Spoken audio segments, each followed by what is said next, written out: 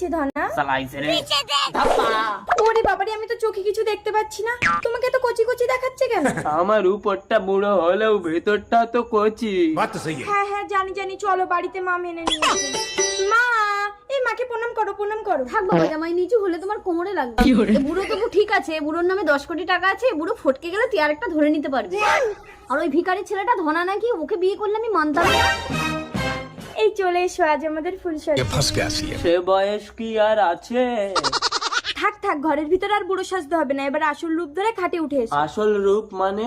আরে ধনা, তোমাকে মা মেনে নেবে না বলে তোমাকে আমি বুড়ো সাজিয়েছি।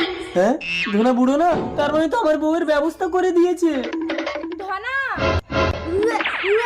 যে ভয়টা পাচ্ছিলাম সেটাই তো হলো। তুমি বাবা হতে চলেছো সম্পদ। আমি না, ওই শালা ভিখারি ধনাই সর্বনাশটা করেছে। অবশ্য তার কি দোষ, তোমারই তো বেশি লোক।